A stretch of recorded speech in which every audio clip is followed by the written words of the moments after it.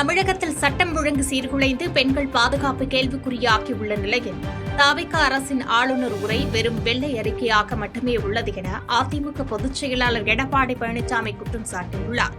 தமிழக சட்டசபை வளாகத்தில் செய்தியாளர்களை சந்தித்த எடப்பாடி பழனிசாமி தவிக அரசு வெளியிட்ட வெள்ளை அறிக்கையே ஆளுநர் உரையாக அமைந்துள்ளது என விமர்சித்தார். தமிழகத்தில் சட்டம் ஒழுங்கை பாதுகாக்க அரசு தவறிவிட்டதாக குற்றம் சாட்டிய எடப்பாடி பழனிசாமி கடந்த 38 நாட்களில் 107 போக்சோ வழக்குகள் பதிவாகியுள்ளது என்றும் தவிக ஆட்சி பொறுப்பேற்றதிலிருந்து 130 கொலைகள் நடந்துள்ளதாக சுட்டிக்காட்டி விமர்சித்தார்.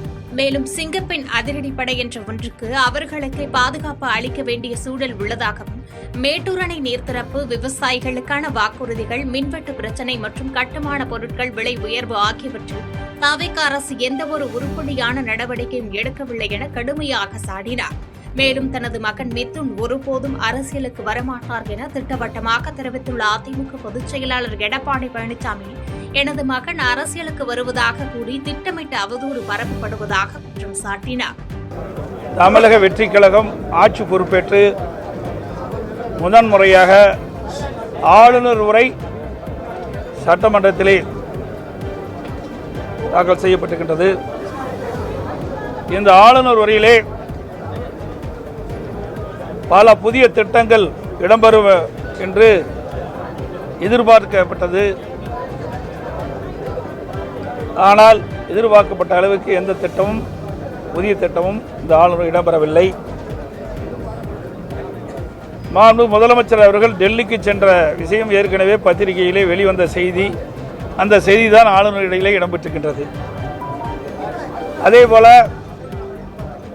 2 நாட்கள் முன்பு மாண்பு நிதியமைச்சர் அவர்கள் ஒரு வெள்ளை அறிக்கை வெளியிட்டார். அந்த வெள்ளை அறிக்கையில் என்ன வெளியிட்டாரோ அந்த செய்திதான் இந்த ஆளுநர் இடையில் இடம்பெற்றிருக்கின்றன. தமிழகத்தில் ஏற்பட்டுள்ள புதிய அரசியல் மாற்றங்களை வரவேற்பதாக தெரிவித்துள்ள இலங்கை நாடாளுமன்ற உறுப்பினர் ரவூப் ஹக்கீம், இருநாட்டு மீனவர் பிரச்சினையை சட்ட ரீதியாக அணுகுவதை விட மனிதாபிமான மற்றும் வாழ்வாதார அடிப்படையில் சுமூகமாக தீர்க்க வேண்டும் என வலியுறுத்தியுள்ளார். திருச்சி விமான நிலையத்தில் செய்தியாளர்களிடம் பேசிய இலங்கை முஸ்லிம் காங்கிரஸ் தலைவரும் கண்டி நாடாளுமன்ற உறுப்பினருமான ரவூப் ஹக்கீம், தமிழகத்தில் தவிகவின் எதிர்பாராத வெற்றி மற்றும் புதிய ஆட்சி மாற்றம் ஜனநாயகத்திற்கு நல்லது என கருத்து கூறினார். மீனவர் பிரச்சினையில் மத்திய மாநில அரசுகள் பேசி விட்டுக் கொடுப்புகளுடன் சுமூக முடிவு காண வேண்டும் என கேட்டுக் கொண்டார். மேலும் இலங்கையின் தற்போதைய பொருளாதார நெருக்கடி, விலைவாசி உயர்வு மற்றும் கடன் சுமையை குறைக்க இந்தியாவின் தென்பிராந்திய முதலீட்டாளர்கள் இலங்கையில் முதலீடு செய்ய முன்வர வேண்டும் என அழைப்பு விடுத்தார். மீனவர்களுடைய பிரச்சினை இருதரப்பிலும் மனிதாபிமான ரீதியாக அணுகப்பட வேண்டிய விஷயம் என்பதை நாங்களும் வலியுறுத்தி வந்திருக்கிறோம். சட்ட ரீதியான முரண்பாடுகள், சட்ட மீறல்கள் என்ற விவகாரத்தோடு சேர்த்து மக்களுடைய வாழ்வாதாரம், மனிதாபிமானம் போன்ற விஷயங்களையும் கவனத்தில் எடுத்து இந்த விஷயம் இரு தரப்பிலிருந்தும் சில விட்டுக் கொடுப்புகளோடு தீர்க்கப்பட வேண்டும் என்பதுதான் எங்களுடைய எதிர்பார்ப்பு. எனவே அது சம்பந்தமான நடவடிக்கைகளில் தமிழ்நாடு மாநில அரசும் மத்திய அரசும் எங்களுடைய மத்திய அரசினரோடும் யாழ் குடாநாட்டு மீனவர் சமூகத்தோடும் தமிழ்நாட்டு மீனவர் சமூகத்தோடும் சேர்ந்து சுமூகமான முடிவுகளை காண வேண்டும், காண்பதற்கான முயற்சிகள் முன்னெடுக்கப்பட வேண்டும் என்பது மட்டும்தான் எங்களுடைய விருப்பம். செங்கோட்டையில் டியூஷன் சென்டர் வளாகத்திற்குள் புகுந்து சில சிறுவர்கள் கற்கள் மற்றும் பாட்டில்களை வீசி அராஜகத்தில் ஈடுபட்ட சம்பவம் அப்பகுதியில் பெரும் பரபரப்பை ஏற்படுத்தியுள்ளது. தென்காசி மாவட்டம் செங்கோட்டை காவல் நிலையம் அருகே செயல்பட்டு வரும் சிவசக்தி டியூஷன் சென்டர் வளாகத்தில் அடையாளம் தெரியாத சில சிறுவர்கள் பாட்டில்கள் மற்றும் கற்களை வீசி அட்டகாசம் செய்துள்ளனர். இந்த அத்துமீறல் சம்பவம் அங்கிருந்த கண்காணிப்பு கேமராவில் பதிவாகி தற்போது சமூக வலைதளங்களில் வேகமாக பரவி வருகிறது. இச்சம்பவத்தில் தொடர்புடைய சிறுவர்கள் போதைப் பொருட்களை பயன்படுத்திவிட்டு இந்த செயலில் ஈடுபட்டிருக்கலாம் என சந்தேகிக்கப்படும் நிலையில் செங்கோட்டை காவல்துறையினர் சிசிடிவி காட்சிகளின் அடிப்படையில் தீவிர விசாரணை மேற்கொண்டு வருகின்றனர். ஊத்தங்கரை அருகே உள்ள தொடக்கப்பள்ளி சமையலறையில் ஏற்பட்ட திடீர் தீ விபத்தில் ஆசிரியரின் சமயோசித செயலால் 26 பள்ளி மாணவர்கள் எவ்வித ஆபத்துமின்றி பத்திரமாக மீட்கப்பட்டனர். கிருஷ்ணகிரி மாவட்டம் பெரியாக்கவுண்டனூர் ஊராட்சி ஒன்றிய தொடக்கப்பள்ளியின் சமையல் அறையில் இருந்த எரிவாயு சிலிண்டர் கசிவு காரணமாக திடீரென தீ விபத்து ஏற்பட்டது. அப்போது பள்ளியில் இருந்த ஒரே ஒரு ஆசிரியர் உடனடியாக செயல்பட்டு 1 முதல் 5ஆம் வகுப்பு வரை பயிலும் 26 மாணவர்களையும் பாதுகாப்பான இடத்திற்கு அழைத்துச் சென்றதால் பெரும் உயிர் சேதம் தவிர்க்கப்பட்டது. தீயணைப்புத் துறையினர் வருவதற்கு முன்னதாக வழங்கப்பட்டிருந்த விழிப்புணர்வு பயிற்சியின் மூலம் பொதுமக்களை துரிதமாக செயல்பட்டு தீயை கட்டுக்குள் கொண்டு வந்தனர். மேலும் இச்சம்பவம் குறித்து அதிகாரிகள் விசாரணை நடத்தி வருகின்றனர். பாப்பிரெட்டிப்பட்டி அருகே பல தலைமுறைகளாக பயன்படுத்தி வந்த சுடுகாடு நிலத்தை தனிநபர் ஆக்கிரமித்துள்ளதால் இறந்தவரின் உடலை 3 நாட்களாக அடக்கம் செய்ய முடியாமல் கிராம மக்கள் தவித்து வரும் அவலம் ஏற்பட்டுள்ளது. தருமபுரி மாவட்டம் வெங்கசமுத்திரம் கிராமத்தில் சுமார் 300 ஆண்டுகள் பழமையான சுடுகாடு நிலத்தை முன்னாள் ஊராட்சி மன்ற தலைவர் பாரதி மற்றும் அவரது குடும்பத்தினர் ஆக்கிரமித்துக் கொண்டு கே. ஜெயராமன் என்பவரது உடலை அடக்கம் செய்ய விடாமல் தடுத்துள்ளதாக கிராம மக்கள் வேதனை தெரிவித்துள்ளனர். இதனால் உடற்கூறுகள் சிதைந்து நோய் தொற்று ஏற்படும் அபாயம் உருவாகியுள்ளதால் உறவினர்கள் மிகுந்த மனவேதனை அடைந்துள்ளனர். ஓடை புறம்போக்கு நிலம் எவ்வாறு தனிநபர் பெயருக்கு மாற்றப்பட்டது என்பது குறித்து மாவட்ட நிர்வாகம் உரிய விசாரணை நடத்தி கிராமத்திற்கு நிரந்தர சுடுகாடு வசதி ஏற்படுத்தி தர வேண்டும் என அப்பகுதி மக்கள் கோரிக்கை வைத்துள்ளனர்.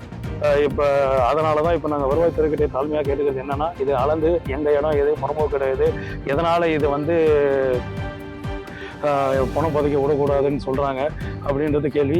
இதுக்கு நாங்கள் 6 மாதத்துக்கு முன்னாடி வருவாய்த்துறையிலையும் நாடி அவங்களுக்கு மனு கொடுத்து வருவாய்த்துறையில் கேட்டோம். இது மாதிரி அளந்து கொடுங்க, இதை சர்வே பண்ணி கொடுங்க. ஏன்னா ஓடப்புறம்போக்களை பதுக்கிறதுக்கு என்ன ஏன் விட மாட்டேங்கிறாங்கன்ற காரணம் என்ன, எப்படி நீங்கள் அவங்களுக்கு பட்டா வழங்கினீங்க ஓடப்புறம்போக்கு இடத்த அப்படின்னு சில கேள்விகள்லாம் கேட்டிருந்தோம்.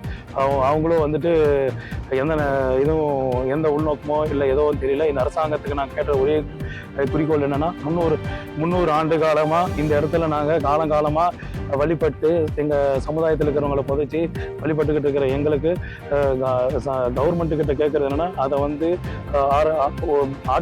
ஆராய்ச்சி இது பண்ணி ஆய்வு செய்து எங்கள் சமுதாயத்துக்கு தகுந்த இடத்த எங்களுக்கு வழங்குமாறு கேள்வி கேட்டுக்கொள்கிறோம். ஆளுநர் உரை என்பது அவராக எழுதுவது அல்ல. ஆட்சியில் இருப்பவர்கள் என்ன எழுதி கொடுக்கிறார்களோ அதை அவர் படித்துதான் தீர வேண்டும் என திமுக பொதுச் செயலாளர் துரைமுருகன் தெரிவித்துள்ளார். வேலூர் மாவட்டம் காட்பாடியில் உள்ள தனது இல்லத்தில் செய்தியாளர்களை சந்தித்த முன்னாள் அமைச்சர் துரைமுருகனிடம் சட்டப்பேரவையில் தாவேகா ஆட்சியை புகழ்ந்து ஆளுநர் அர்லேக்கர் பேசியுள்ளது குறித்து கேள்வி எழுப்பப்பட்டது. அதற்கு பதிலளித்த அவர், ஆளுநர் உரை என்பது அரசாங்கம் தயாரிப்பது என்றும், இன்னும் சொல்லப்போனால் ஜோசப் விஜய் வாழ்க என்று எழுதி கொடுத்திருந்தால் கூட ஆளுநர் அதை அப்படியே படித்துதான் தீர வேண்டும் என நகைச்சுவையுடன் குறிப்பிட்டார். மேலும் முந்தைய திமுக அரசின் நான் முதல்வன் திட்டத்தில் பெயர் மாற்றப்பட்டது மற்றும் பழைய வீடியோக்கள் நீக்கப்பட்டது குறித்த கேள்விக்கு முழுமையாக படித்த பிறகு பதிலளிப்பதாக தெரிவித்தார். ஆளுநர் உரை என்பது ஆளுநர் எழுதி கொண்டு அது படிப்பது அல்லது அவருடைய சரக்கு அல்ல.